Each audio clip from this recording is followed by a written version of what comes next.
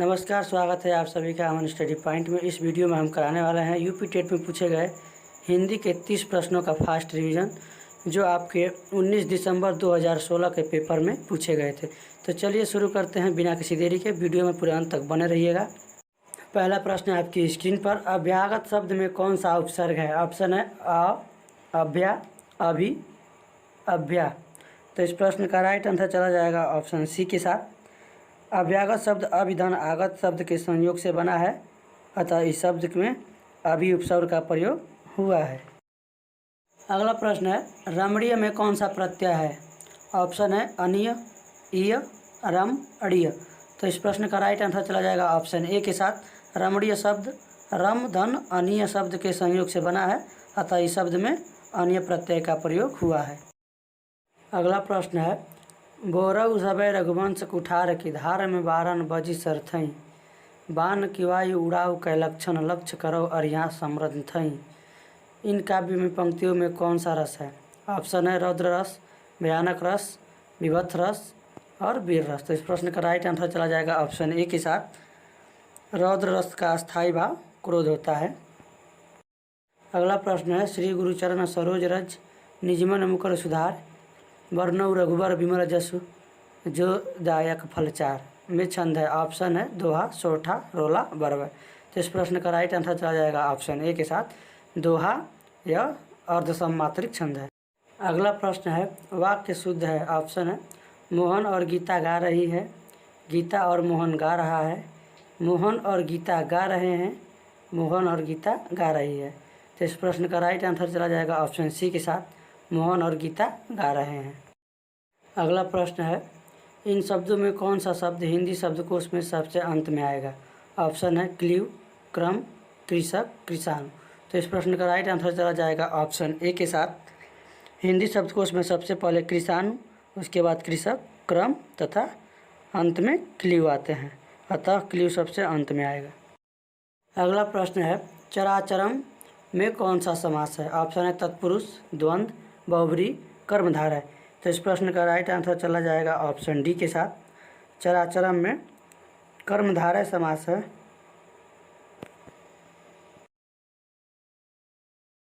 अगला प्रश्न है, शब्द का अर्थ स्पष्ट करने हेतु कौन सा तरीका सर्वाधिक उपयुक्त है?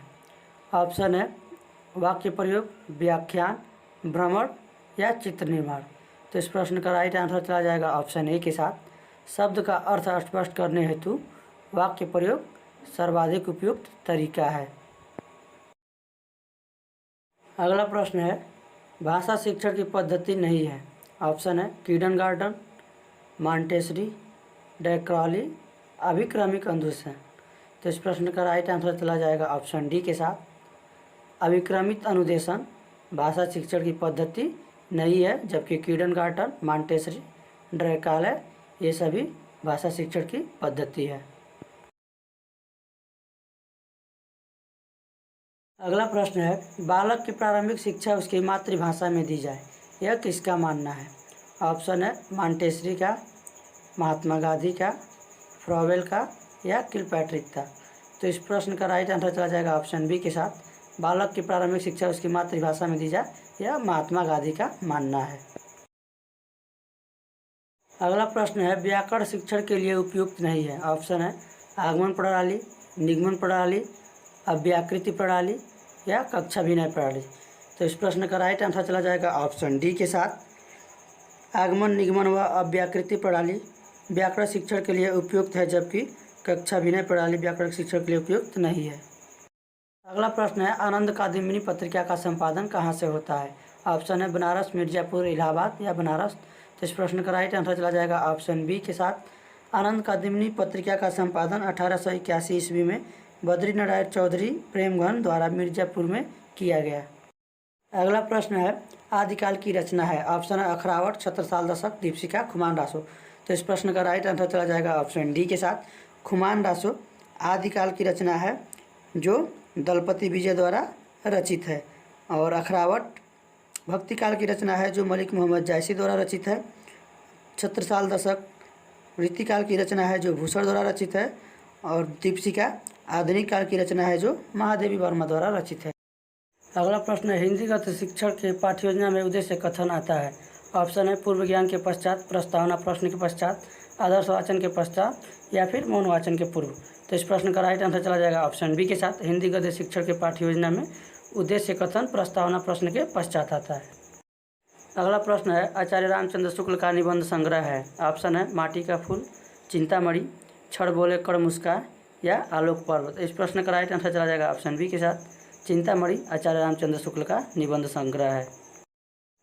अगला प्रश्न है, राष्ट्रवादी कवि रामधारी सिंह दिनकर को उर्वशी के लिए ज्ञानपीठ पुरस्कार किस वर्ष प्रदान किया गया था। ऑप्शन है 1971, 1972, 1973 या फिर 1974 में। तो इस प्रश्न का राइट आंसर चला जाएगा ऑप्शन बी के साथ। रामधारी सिंह दिनकर को उर्वशी के लिए ज्ञानपीठ पुरस्कार 1972 में प्रदान किया गया था। अगला प्रश्न है, निरामिष किसे कहते हैं। ऑप्शन है मांस रहित भोजन, मोक्ष का इच्छुक, रात्रि में विचरण करने वाला या फिर मृत्यु का इच्छुक।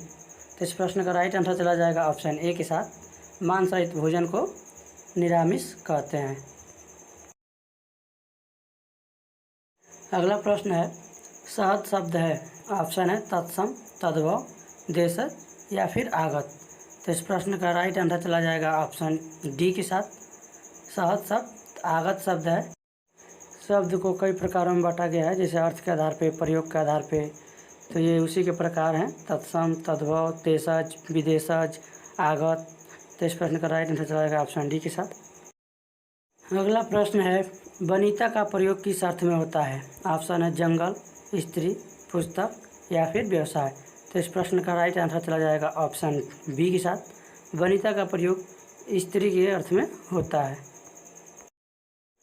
अगला प्रश्न है, मुकुंद किसका पर्याय है। पर्याय का अर्थ है यहाँ पे पर्यायवाची शब्द।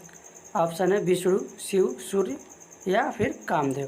तो इस प्रश्न का राइट आंसर चला जाएगा ऑप्शन ए के साथ। मुकुंद विष्णु का पर्याय है।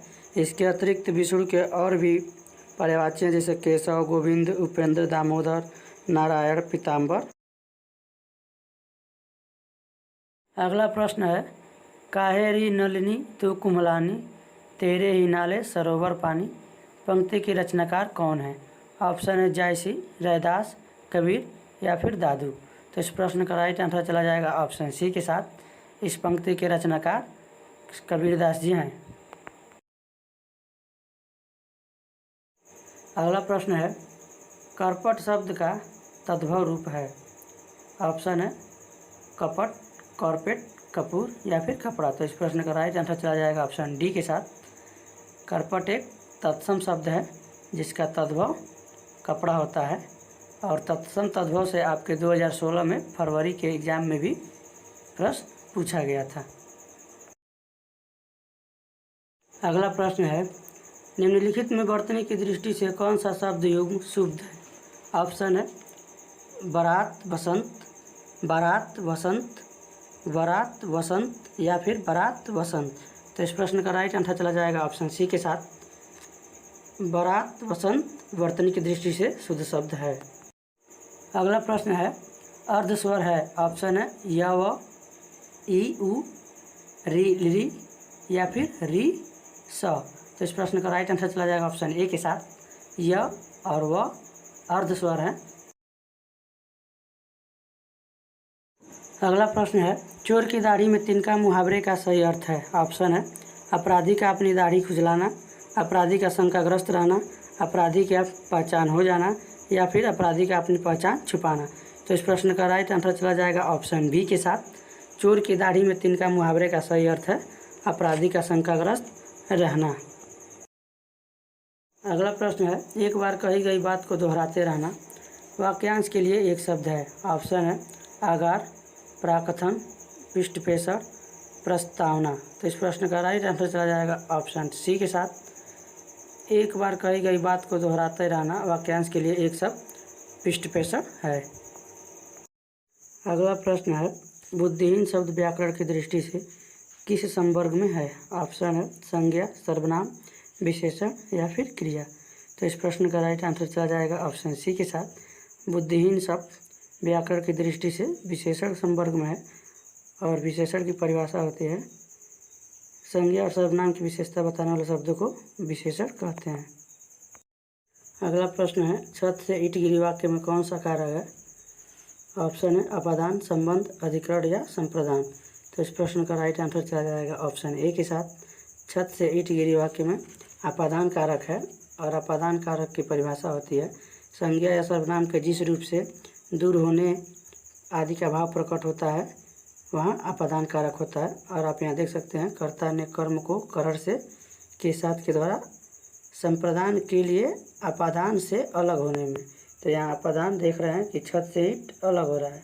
तो इस प्रश्न का राइट आंसर चला जाएगा ऑप्शन ए के साथ। पंचमी विभक्ति होती है अपादान कारक। अगला प्रश्न है, मोहर्मी का संधि विच्छेद है। ऑप्शन है महतधन उर्मी, महाधन उर्मी, महाधन उर्मी या फिर महतधन उर्मी। तो इस प्रश्न का राइट आंसर चला जाएगा ऑप्शन सी के साथ। मोहर्मी में यहाँ पे आ और धन दीर्घ उ मिल के यहाँ पे ओ हो जाता है। और यहाँ पे संधि कौन सी है? तो यहाँ पे आपका आंसर हो जाएगा गुण संधि।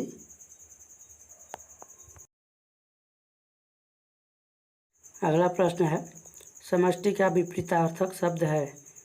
विपरीतार्थक होता है मतलब उसका विलोम।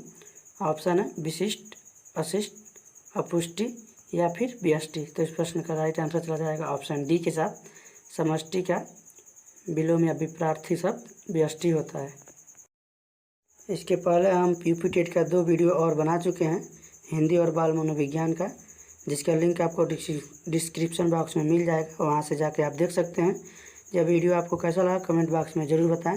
साथ ही वीडियो को लाइक, शेयर तथा चैनल को सब्सक्राइब कर दें और बेल आइकन को प्रेस कर दें ताकि कोई भी नोटिफिकेशन सबसे पहले आप तक पहुँचे। तो आज के वीडियो में बस इतना ही। मिलते हैं कल एक नए वीडियो में। धन्यवाद।